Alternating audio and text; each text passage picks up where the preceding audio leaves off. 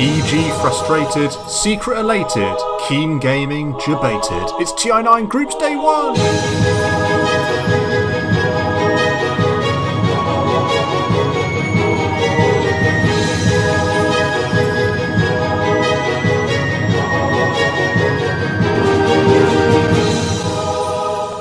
So it's almost the end of a wild day one at the international group stage.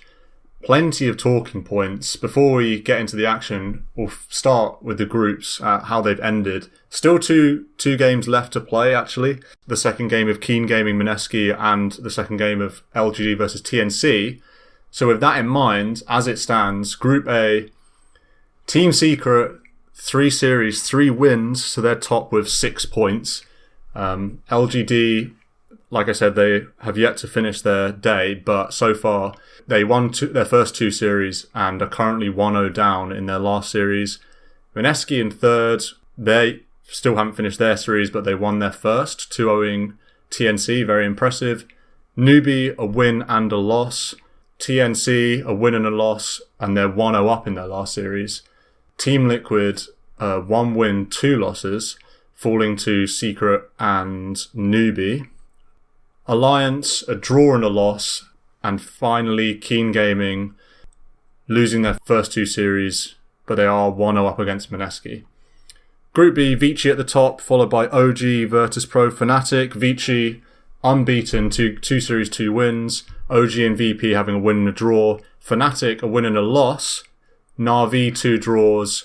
EG, big talking point, 1 draw, 1 loss. RNG, 1 loss, 1 draw. And then Infamous and NIP both only playing 1 game today, and both losing their 1 game. So they bottom out Group B. With that said, joining me, Marco and Adam. Adam, being in NA, you actually got to see the start of TI, see the first series. What was the first series that you got to see? Well, the big premium primetime match was Team Secret Alliance. That was what was on the main stream, right? The multicast stream for when it finally started an hour late. Started at 9 p.m. for me, so actually pretty decent. Not bad, yeah. Yeah. Seems like I'm going to be able to watch 3 or 4 series maybe before I have to go to bed. Not 4 series, like 3 games. Right. 3 or 4 games, yeah. So I watched Alliance Team Secret, and that did not disappoint. That was sick. I think game 1 might have been the game of the net, or like the game of the day. Wow. Just right off the bat. I mean, I haven't heard anything about what happened later. Sure. But anytime game 1 premium series to open the tournament is a mega creep comeback, I mean, that just sets the stage. Yeah, and I feel like this was let's just start at the top with Team Secret then. Throughout the day, I can tell you that I didn't see that first series, but I saw their 2 other series. And the storyline is, how do they win these games?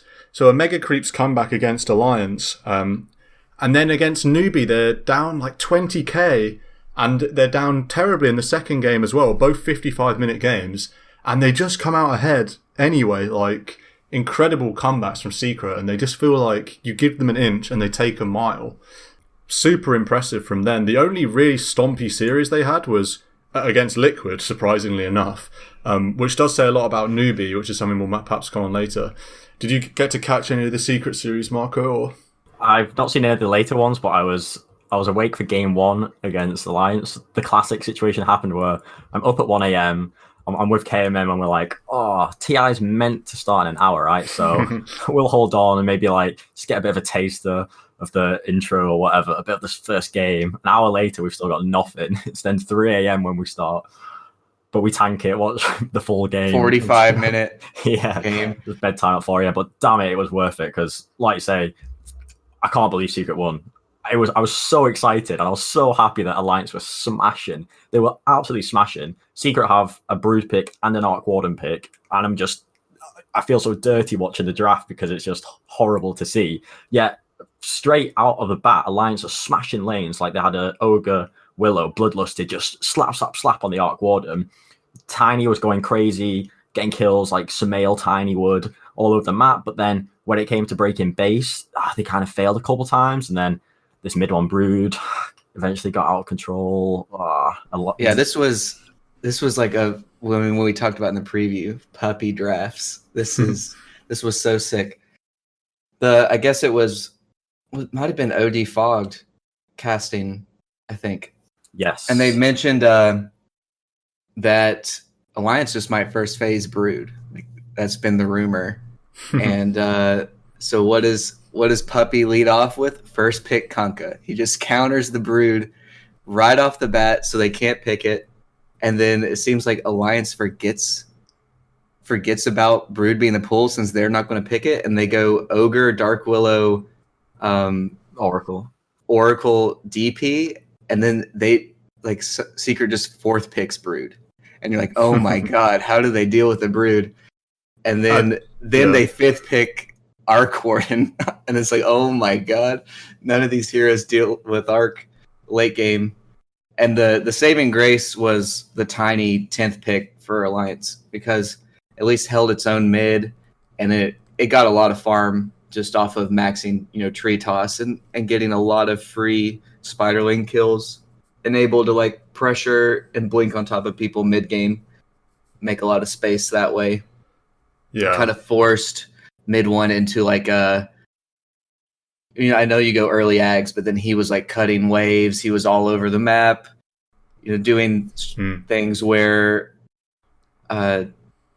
he wouldn't be at the base defense. Basically, he would be taking like tier 3s from Alliance while they were taking his racks type of stuff. Yeah. Mid one obviously played super well and would get a lot of praise for that game. But to me, the MVP is Arc Warden Bubble. Putting the bubble on tier 3s and on Raxes where you can't hit it unless you just dive the base. Genuinely, without that spell, they do not win that game in my eyes. Does Exorcism? What about Exorcism? 100% wins the game. I guess does Exo go through? It didn't feel like it did. Didn't feel like it did, but you got like tiny right clicking. You got a lot of right clicks that just can't happen. So he would do the bubble like behind the racks where it was just like a tick of it on the building, so then you couldn't actually do anything. Yeah, and they had Arc Warden Bubble plus Elder Titan Stomp plus Jakiro shenanigans. So it got to a point where they just couldn't do anything. Yeah, you talk about puppy drafts. I mean, it was the same story in the marquee series of the day, probably that people were most looking forward to, Secret Liquid. The first game, Secret really just stomp with a hero that's come out, emerged as a top tier position 1 Alchemist, with the classic puppy Chen, mid 1 Ember, like doing lots of bit Zai, a great centaur. And then in the game 2, perhaps Liquid fell on the back foot. They pick Meepo on 21. So Secret just have their mid laner left to pick. Possibly, they'd already picked Slark, and mid one had actually played a mid Slark earlier against Newbie. So you never know, they could have done that. But they just last pick Earthshaker mid. And mid one plays Earthshaker mid against Meepo, and just flies around with Blink Ags doing work and just completely shuts down Liquid. So Puppy's having fun. And what I would say as well, in the series against Newbie, just to cover all the Secret bases, Secret oftentimes, particularly Nisha, I thought, on Sven and Naga was trying really hard to make aggressive plays that oftentimes weren't really working out, and they just looked a bit awkward. So I think they're definitely trying to feel themselves. A lot of teams want to build up confidence. And the fact that I feel like Secret were a little bit off kilter, particularly against Newbie, and they still didn't lose a single game, is pretty scary for the rest of the field. Because if this team starts making their moves work really well, then, no team's really going to get close. So Secret fans will definitely be really happy with the day one. Yeah. After they won game 1, I was like, oh no. Like, how do you beat a team? Like, they're just going to have so much confidence coming off of a mega creep win. Because I felt, it was a draft win, but then they fell behind, and then the draft came through. But it made it really hard on them, and it's like, oh man, if they can win all the hard games and just put the stomps with them, they're going to cruise through the groups. And I think, we can pretty much put it to bed now. This team is going to be upper bracket. I think you can just say that after day one, 3 games, 6-0. Brother Joe called out before TI, they're not going to drop a game in groups. And I think about 5 times today I thought, his predictions already failed on day one, but Secret just make it work and they come back and win. And their stompiest win, we didn't even talk about, 4-position Invoker. Yes, 4 Invoker. God Invoker. Rip pubs. And it was tri-lane Invoker. Oh, wow. And it worked. That's cool. Yeah. We've seen some funky lanes. I've seen Storm Spirit tri-laned twice today. Kind of bonkers, some interesting stuff. I want to move to another headline other than Secret domination, and that's EG's troubles not actually winning a series. They won their last game of the day to draw the series against Navi, having already lost 2-0 to Fnatic. Adam, I'll come to you for the first series, and then Marco, who watched all of the second. Tell me, what happened in EG versus Fnatic? Like, what was it in that series that made Fnatic able to come away with a 36-minute and then a 40-minute victory? It just seemed kind of like iffy drafting. Right. I want to say, game 1, their lineup ended up being 1 Lifestealer, 2 Ember Spirit, 3 Ogre, 4 Rubik, 5 Venge. And it just felt like it didn't really do anything. There was no wave clear, there was no team fight, it was like all single target. It's kind of got rolled over by a Magnus Juggernaut and a Abed Dragon Knight. And then they doubled down game 2 and they went with Lifestealer again. I don't know, is like Arteezy, like last TI, basically he only played Terrorblade, right? Is he only going to play Lifestealer now? I don't know, what did he play in the second series? Well, in the second series, they picked in the same hero twice. It was a different one. It was Gyrocopter. But they still, they didn't mix it up in between games. So, also, he went Midas Lifestealer, but now with both games, it was like Midas Armlet Deso. Yeah. And then the second game, Fnatic had an AA, which actually just wrecks Armlet togglers. So, and they had, EG had Kunkka. So it was like Kunkka and Lifestealer were trying to do the same thing. Sumail got the ratings that game, and then it was just kind of awkward. I don't know. They're just probably needing to figure some stuff out. Yeah, I'm sure. Seemed a bit antiquated though. Like no real innovation with the drafts. Yeah, and Fnatic, I think they played 2 games. Obviously, 2-0ing EG is great for them. They did get 2-0'd from Vici. So I feel like we don't really have many more answers about how legit this team is, but certainly I don't think you can read too much into them falling 2-0 to Vici. I'm sure we'll get on to Vici soon. But before we do, let's finish off our talk about EG. Oh, it looks like Abed didn't die in the series too against EG. Really? Dragon Knight Medusa? Wow. Yeah, 0 deaths. That's impressive. And for all the talk of EG, of Arteezy not dying, I know, so he played Lifestealer back-to-back and finished 2-5 in both games. So he had an identical 2-5-2, yeah. So that's, they need to unleash the Artor a little bit more. Marco, you watched all of the EG Navi series. You must have had head in hands after they dropped the first game, and then they really had to work for that second one, 82 minutes long. Yeah, dropping the first game was a bit worrying, 0-3, but then it just made me think, I think they're just playing to the fans, going low bracket, so we see more games from them, maybe is the thinking.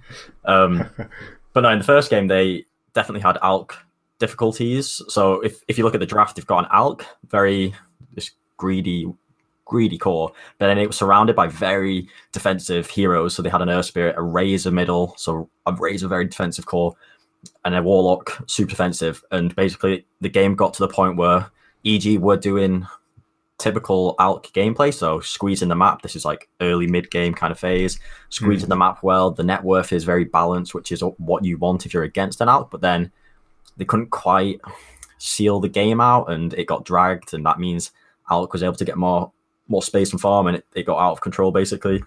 So then second game, they first phase banned the ALK. I think he's been think you mentioned he's one of the most banned heroes, which is probably going to be a common trend. Then second game, they run two of the most common picks and like standout picks. Maybe we'll talk more about picks, but EG get an Elder Titan again on fly and a Shadow Demon. Shadow Demon's the first game. But in the second game, it's a crazy 82-minute. They have Smailstorm styling all game. Arteezy on Gyro again was a bit underwhelming, but Magical on his TA was keeping Navi in it. He was one-shotting heroes, two-shotting heroes, getting like super fat. So many rush fights, so many rushes, so many high ground pushes. The Axe was doing crazy calls. He'd call Gyro, they just blow him up in like 2 seconds before EG could react. I mean, 1 second. It was seriously knife edge stuff, but eventually EG, they got megas and they got like a couple important rushes and just grinded out a very long game. That could be the longest yet. 82-minute game. They EG all have Ags buffs on them. That's sick. They've all eaten Ags. Yeah, and the Storm and Lena Ags in particular are really strong. The AoE Electric Vortex was massive, a couple points in that game. Yeah, looks like Crit had E-Blade Refresher Ags on Lena, so just nuke down a... Yeah, so the E-Blade Crit did major work, So he had the E-Blade, but it was more defensive that he was putting it to use to save against Weaver and TA right-clicks, and then he had Refresher Ags at some points, like 2k damage, was pew-pew, and boy, it was a mad game. I think I watched that series as well, and like you say, I feel like Arteezy's Gyro was pretty underwhelming. In the first game, it felt like as soon as they got Unstable Concoction with a blink in, they were able to just nuke him down really quickly, even with defensive disruptions. It was like they just nuked him too fast, and then in the second game, it felt like very much the same. They built a Hex up on the TA, and obviously with an Axe Core as well, and with AA Blast, they could just nuke down the Gyro really quickly if they ever caught him. And it developed into a situation where I thought the super late game like scenarios, as it were, are really interesting. How important buybacks are. So, for example, there are a couple of really good team fights for EG that, on the face of it, if you don't sort of recognize the scenario, look really bad, where they jump S4 and nuke him really quickly. But say Magical on the TA uses his BKB or Axe uses Blink Call. S4 immediately buys back, EG go, and it's like, you just got a kill for free, but not really for free because you use BKB and you use Blink.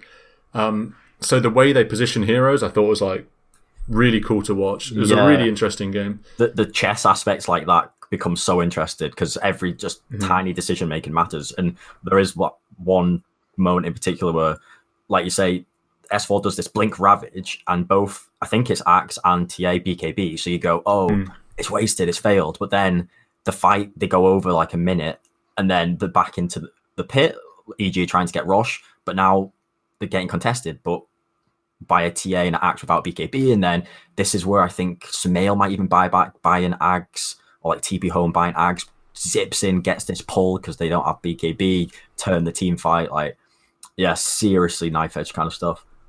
Very back and forth game, really interesting to watch, like really cool game. Navi could have won, like they definitely could have won, but in the end EG come through. Getting the megas was really important, just because obviously it makes your life so much easier. And a TA, by the way, built a Divine Rapier, which then died, went into the hands of the Gyrocopter, and then a minute later Gyro dies and gives it back to the TA. And you really thought that when TA dies and loses the Ags, you're like, he loses the Divine Rapier, and it goes into the hand of Gyro, who's perhaps the best Rapier carrier in the game. You're really thinking this game's done, but this goes to show that it goes all the way to 82 minutes. Wild, wild game. I think Sumail bought back about 5 times in each game, and a couple of those were man after your own heart, huh? Yeah, I felt bad because a couple were questionable. A couple were kind of good. But there was one particularly on the Lesh mid where he bought back to try and push mid, and then Alk just clears the wave, and it's like, why did he buy back again? Yeah, that's the one I remember. The casters made a good point about that, though, that it looked kind of bad, but then they made the point of, but now Lesh is back on the map and his presence is alive, that EG can farm and sit higher up on the map more confidently. If Lesh dies, then they get pushed back off the map, they lose map control, the enemy gets wards down. So that one was quite an interesting one, but there was a couple in the Navi second game where it was like, dude, you didn't need to do that. I do feel like casters, though, they see Sumail buyback and it's like, oh, it's Sumail, he's got to have a good reason. Yeah. Sometimes he might not. Yeah. Sometimes he just thinks and then realises it's a mistake. But who knows? In terms of EG, looking forward to the rest of the groups, it's not too disastrous. I feel like it's not as though they're still a favourite to get upper bracket, right? Still plenty of Dota to be played. The only downside for them is they've still got to go through Vici and Virtus Pro. I think particularly Vici are just looking unstoppable. I don't know how you two assess EG's chances of upper bracket. You still confident? I'm still confident. I think they could still get third, or they'll snip fourth maybe, even if they drop a game or two against Vici or VP. Yeah, I think a fourth is in order right now. The next two series they play OG first series, and then they play RNG in the second series. They need to, if they lose any more than two of those games out of the four, I feel like it gets a lot harder. Unless they pull basically have to 4-0 Infamous nip. I think they will. They'll definitely 2-0 Infamous. Infamous feel like a punching bag. I watched them play OG.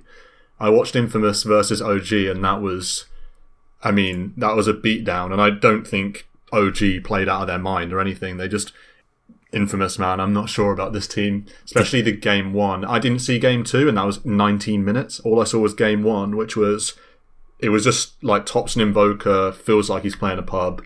Did you see the Twitch clip of Topson the loser thing, flaming with the loser spray? That's a little too much for me, sir. Tipping is fine. Spraying, I don't know about this spraying loser on the ground. It wasn't even DJ when I think he would spray like EG logos on the ground. That's fine too. But it's in the Valve put it in the game. They put it in the game. That's true. Can we talk about the other BM thing, the way better BM thing that happened? Yes, talk to me. Probably my favorite moment from other than game one Alliance Secret was Keen Gaming versus TNC. Am I correct? Yeah. Yes. Game two. Oh man. I think everyone should watch the highlights of that one because so TNC wins game one, like a 53-minute game because TNC games go long. Then game two, seems like Keen's rolling. They have a really nice lead. They have an Alk who's really farmed. A Quap, that's doing a whole bunch. And Alk is like just giving away Ags at this point. He's giving them to Quap and Lena. And it doesn't seem like TNC has much of a way back in the game. They're just kind of losing fights. And then they go 2 racks down. And they're like, okay, this game's pretty well over. They just Keen needs to group up and push and just finish. And for some reason, the Chinese team decides to become like the CIS or like C Dota team. And the Quap and Alk dive the fountain, and they don't even have megas. And the Alk dies in the fountain. The Quap buys a refresher while in the fountain so she can like refresh BKB and blink out and not die. But then it's like you bought this huge item and now it's on cooldown. And at some point, I think the Alk buys back and TP's in, and then he dies again. And this was at like 35 minutes. And then the game becomes an hour-long slugfest. And from, I think, 35 minutes, maybe 40 minutes, Alchemist was definitely over 1,000 GPM. He's about 35,000 net worth because he had given away 2 Ags. And he stayed at 35,000 net worth for the next 25 minutes because he just had to keep buying back, and he would be dead for 2 minutes, just over and over and over again. And TNC, they just team fight so much better. They come back. They win after they get Fountain Dove, Keen Gaming GG's, and then AU on the Shadow Demon BM pauses. It was so sick. Just pauses the game. Doesn't say anything. And then they unpause. The throne explodes, and it's just like, I cannot believe a Chinese team has just dove the fountain and lost. Yeah. The BM pause is fine in Adam's BM playbook. Any sprays on the ground. Yeah, it's different because they dove the fountain, and then you lost. So then all decorum goes out the window because fountain diving is like the most disrespectful thing in pro, right?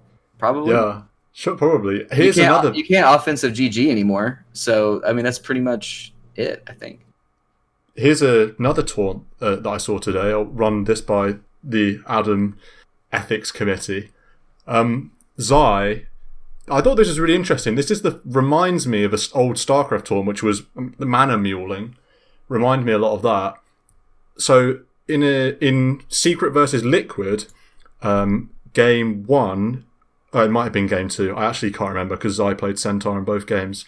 They do a big high ground. I think they take 2 racks. And they're all retreating, Secret are. Then Zai pops onto the high ground, so he's in vision. Pops Stampede, just completely they're not trying to use Stampede or anything. He just pops Stampede, presses Taunt, and just runs in a circle a few times, and then runs out again. I thought that was so funny. Actually using a spell just to taunt, I think it's just funny. So that was another unique taunt that I saw today. Yeah, I'm going to give Zai a pass because he's Zai. So am I, to be fair. You could do anything he wants. That's one of those things where it's probably just to keep... I mean, they're probably just having a fun time, right? I'm sure, yeah. Keep team morale up type of thing. Look at us. I think after OG won last year, a lot of teams are if you want to throw out a chat line, if you want to do a spray, if you want to do that, just do it. Keep the good times rolling. I feel like we'll worry about the BM after we've collected our $15 million check. Do you know what I mean? Right, for sure. Also, Shadow Demon, that seems to be the ALK counter. Yes. That's just from this TNC Keen draft. Yeah, it just seems like people maybe first pick Shadow Demon in case ALK gets through, or they just plan to have the Shadow Demon when the other team picks ALK because, like you said, Soul Catcher. Also, there was this really interesting interaction that I didn't know where if you disrupt a Radiance ALK, and he has Radiance on when he's disrupted, right? Mm. When he pops out, he can toggle off the Radiance and the illusions won't have Radiance. Ooh, that sounds a bit buggy. But he has to keep the Radiance off, because I think if he turns it back on, it turns it on for the illusions or something. It's weird. That is interesting. Let's talk about another team that's doing really well. I don't know how much of this team we've watched because both of their series weren't exactly marquee games, but Vici Gaming, extremely dominant performances in both games, both versus RNG. Their first game did go 50 minutes. I didn't catch that because that was the second series of the day. I did watch them play versus Fnatic though, and I must say they're looking incredible. Did you guys catch any of the Vici Gaming, or do you want me to I watched the first game, and actually the first series, actually. Yeah, the Vici RNG series. That one was funny because we had another ALK pick for Vici. Seems ALK very popular, and they had a Warlock, so Warlock got the first Ags, but then I thought was really interesting was Tusk got the second Ags, gifted that game over Tidehunter. So that was kind of cool. ALK Paparazzi getting everyone 3 points the very first game of the series with a 1.1k GPM game easy. On the ALK. So here's this for you, Marco. I know you find it very easy to throw shade on teams. Whoa. So Vici Gaming, game 1 they pick an Alchemist. Mm-hmm. Game 2 they pick a Medusa. So they're turning into the villains of TI a little bit with their hero picks. Yeah, but that was a 28-minute win with Medusa, so not actually that bad. Not so bad, not so bad. They balanced it. They said, all right, we'll pick it, but we'll spur the viewers and cut it at a 30-minute win. The second they played, the picks, or the mid picks at least, are a little bit flashier. I saw a little Gyro is quite flashy as well, to be fair. Without the IO, I feel like he's less farm intensive without the IO. I saw a little bit of Ori's Storm Spirit as they were slapping Fnatic. Storm is a pretty fun hero. It was incredible. Ori's Storm in game 1. I watched all of that game. Yeah. Unbelievable. It was like the best Storm performance I've seen so far. I mean, Sumail was excellent in that game against Navi. But man, they looked so good in that game. I don't understand Vici Gaming. I watched them play, particularly that first game against Fnatic. Fnatic will perfectly gank Gyro. So imagine the dire mid tower. You know, the little high ground that's just immediately upwards to the north. They all stand on that high ground with like 3 heroes. With, I think, Ember, Pango, and Alk. Gyro just walks up, paparazzi. They get this perfect gank. I think they kill him eventually, but suddenly heroes just come out of nowhere for Vici Gaming. It turns into a team wipe. I'm like, how is this possible? They're just suddenly there's a shackle. I mean, they're just so on point. Really, really fast-paced team, and just playing, by all accounts, incredible Dota at the moment. So I'll be really interested to see tomorrow when they have to play Virtus Pro and EG. So that will really be we'll really see what Vici's made of tomorrow, if they can keep up these wins. Also, that game 1 of Vici RNG picked Drow. I think that's the only Drow pick so far.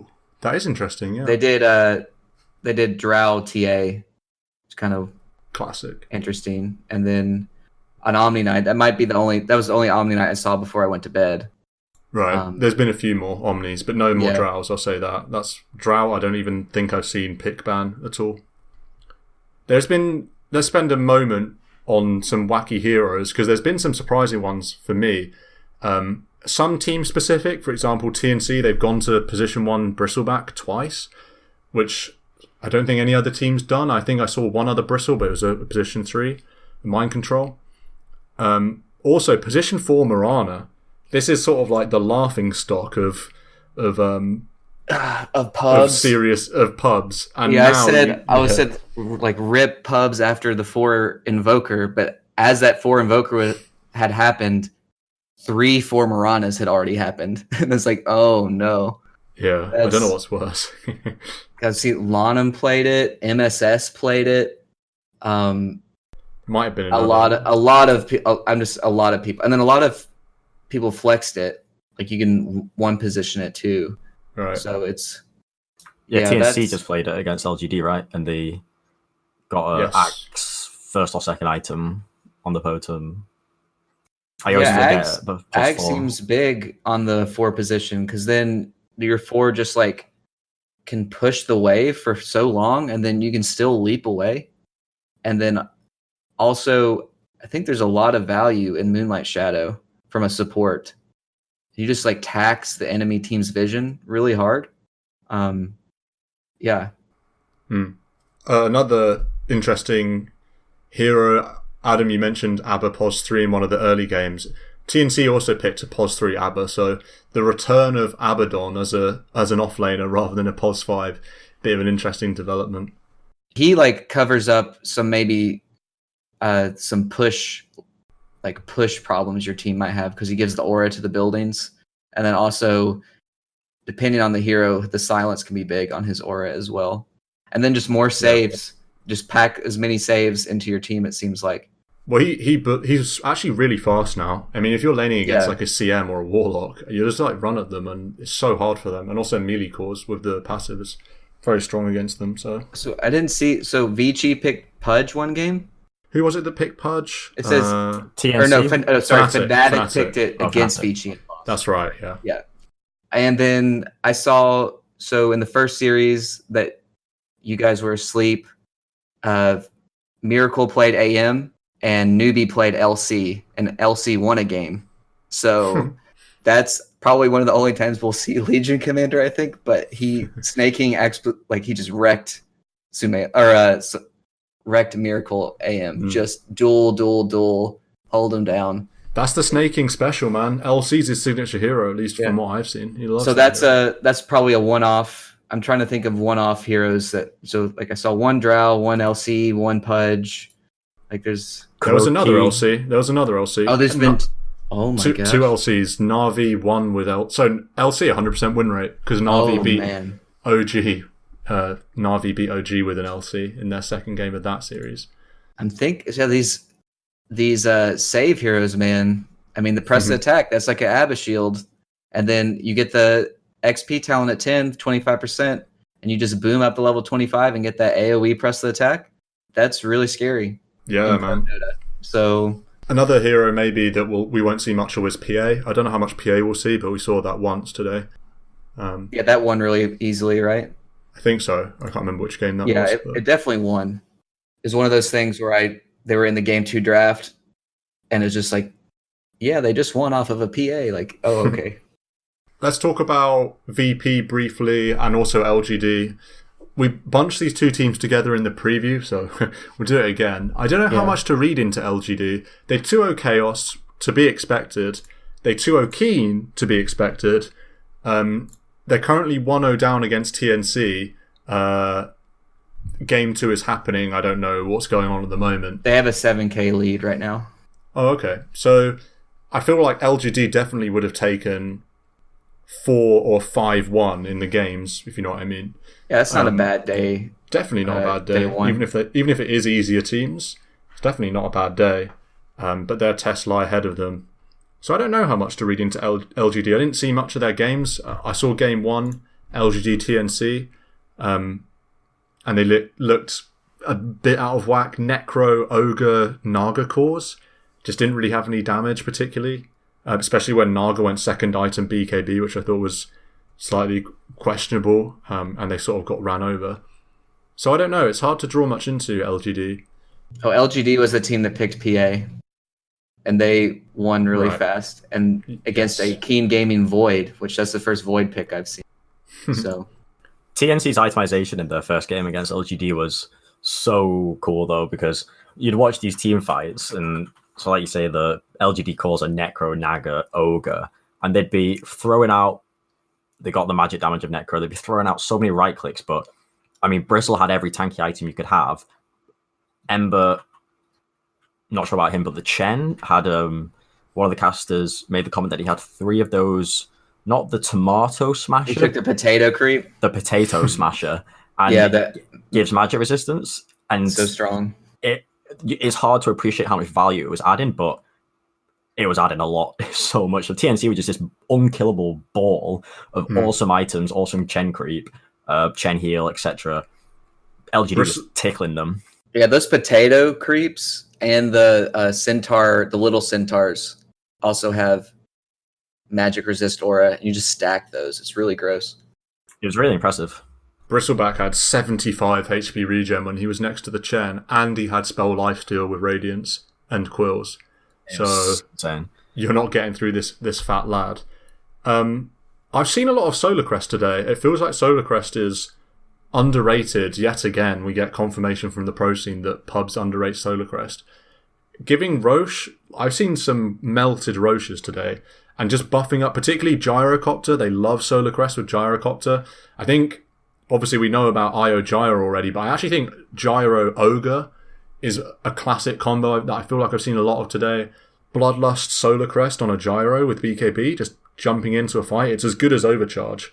Yeah, that seems to be what Ogre, like the 3-position Ogre, after like Phase Boots, is going Solar Crest. Yeah. And then definitely, yeah. Just to buff the position 1. And you're giving Roche 130 attack speed or something between the two? Probably something like crazy that. like that. Because I don't even think the core Ogre goes the bonus attack speed talent at 20. I think they still just get the 40 strength. But it's crazy what the Bloodlust enables for some of these cores, like the late game Slark with Bloodlust.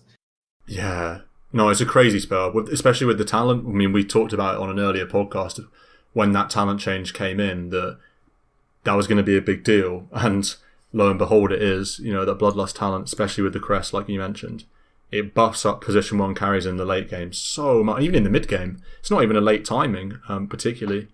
Especially when you've got Midas, like triple Midas, you're going to get your XP up high quickly to meet that talent. So, Adam, you mentioned you caught VP versus NIP, which is a cool series to talk about because NIP's only game today, and also VP, obviously one of the favourites, so it's good to monitor them. What was that series like? Was it a clean cut victory for VP? Or game 1, Nip was in it, like net worth wise, the entire game, but it was a 41-minute game, and it ended up being 22-6. So imagine getting 6 kills in a 41-minute game. Oh my goodness! Like, just boring to watch. It seems like their Nip's strategy is we're going to put the team on 33's back and just the game one he played Lone Druid, and so it was like Lone Druid and they had IO, and I don't know, I don't rate Lone Druid right now because I saw Alliance lose with it too, and that Wisp tried really hard to make, tether into that bear and make it seem decent, but it just couldn't stand up. Right. I don't think Fada had a very good series, or Fada, whatever way to. Like, he played Tiny, right? And I just finished watching Mickey play Tiny, and kind of sure he threw late game, but he wrecked the early mid game, and then it just wasn't impactful enough. Yeah, and on the OD as well, not particularly. Yeah. Not Well, particularly. then the second game, I liked Nip's draft a lot more. They went with the 4 Mirana, and then they had a 33 Doom and a 1 position Wraith King. So they had stuff to like be in front for the OD to do things. But then VP last pick Sniper, and no one just. I don't think he died that game. So is it a Kunkka Ramses in the safe lane? Yeah, and that was funny because at one point, Nip had a lot more kills that game. At one point, I think they had 9 kills, or maybe 11 kills, and Ramses was 8 of those deaths. And it just didn't matter. Yeah, Kunkka seems like a great hero to match with the sniper. He's so tanky. I know he didn't go super tanky this game. Well, you get 2 braces on Kunkka and you're nigh on unkillable. He goes Radiant's BKB Halberd. So when you've got that in front of your sniper, that's just a good news right there. You just needed him to stay in front. They had Tide and Enigma. So that was just, ridiculous team fight. Like, it really impossible to fight into. The game kind of hinged on this Roche where there were probably about 8 buybacks fighting over this last Roshan, and it seemed okay, but then Solo got like a 3-man ice vortex with his ice blast, and they just melted, and that was just kind of over. Did you catch any of VP versus RNG, Marco? Or? So I saw the first game and then didn't see the second because of EG, but in the first game they were very convincing. They looked really consistent, and like individually everyone was really competent. They seemed to win it quite comfortably, but then I see that they dropped second game, but not sure why. Yeah, so I'm in the same boat as you, that I watched VP RNG game 1 and then switched over to EG. But that game 1, I was writing in my notes like, man, VP's here to play like 2-0 NIP, and then this game just looks incredible. It was like a classic VP. There was one point where they Roached. The second IO starts relocating as Roche isn't even dead yet. They're just playing so fast, and then that relocate is a super aggressive one to catch a hero out. And no one's Invoker or Kid Voker was, just making plays everywhere. So I don't know what RNG did to win game 2. I know Setsu had an incredible OD game, and Monet playing well on Gyrocopter, one of his classic heroes. But yeah, they looked very good in game 1. We'll have to see how they develop throughout the groups. I think RNG taking a game though is pretty good for them. Shows that they could vie for the 4th spot. Yeah, they'll want to vie for 4th spot, I think, for sure. They've played VG, VP, two of the best teams so far, so they could easily clean up wins elsewhere. Definitely, yeah. Teams we haven't mentioned, I feel like we've pretty much hit on everyone. Not a lot to say about Chaos and Keen. Obviously, Keen losing both their series, or rather, actually, Keen losing both the series that they have played. I don't know on the status of their final series against Mineski, but they won game 1, so they'll definitely be getting at least 1 point. Although it might be an uphill battle for them to get certainly upper bracket, but of course, I think they'll just be aiming to not get eliminated. And I think Chaos will likely be in the same position. Final team we'll talk about then is Newbie. 2-0 Liquid in the first series. Adam, I don't know if you caught any of that series? Oh yeah, I watched a lot of that. Oh yeah? Newbie just... Wait, did we already talk about this one? Yeah, you mentioned the AM pick. Yeah. You mentioned it from the Liquid side a lot. Newbie, we mentioned VGJ Storm playing really well in the groups last year.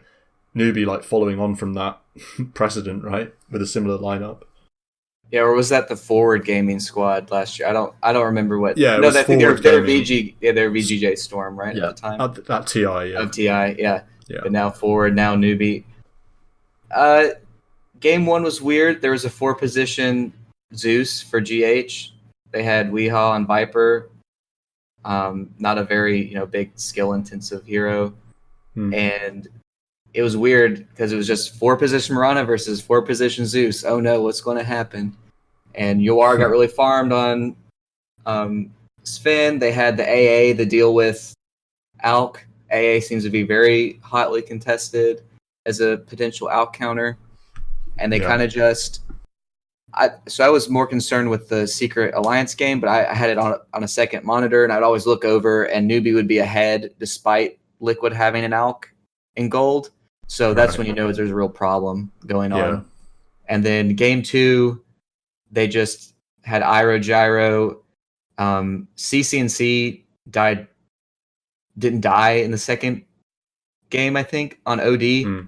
OD is great against both 15-0. Pango, wow. Yeah, both Pango and AM, just the mana burn. Then they also had Lockdown with Duel, and then they had Iro Gyro to relocate on top of stuff too. And I think Mind Control really showed that game what happens when an Axe falls behind. Axe is great when you are doing the shared creep cutting thing. You're getting all the experience. You're getting a minute 10 Vanguard, 12-minute blink.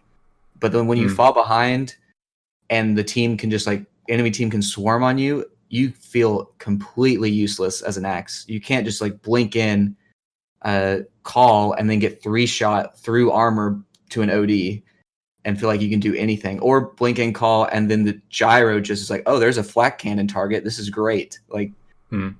Yeah. So I think that was just a outplay by Newbie for sure. Yeah, Newbie looked good. Like I said, they lost to Secret, but both games they were very much in there with probably the best team in the tournament along with Vici Gaming. So be interested to see how far Newbie go. They didn't. They were on the sidelines for the Series A3, the last series. Liquid, they 2-0'd Chaos in the the rival rematch. It was a bit underwhelming, really. Both games absolute stomp, like we said. Weehaw on signature heroes in both. So not too much to read into that. So they end up 2-4. Yes, they end up 2-4. I think they would the last two series, 2-0 Chaos and losing 2-0 to Secret, not that unsurprising. And obviously the surprising result is getting 2-0'd by Newbie, but like we said, Newbie looking very strong actually, or surprisingly strong. Let's round off the daily, our first daily, with a talk about casters and just stuff outside of the game. One thing I'll say that I thought was funny, first of all, seeing Febby in a suit, that was fun.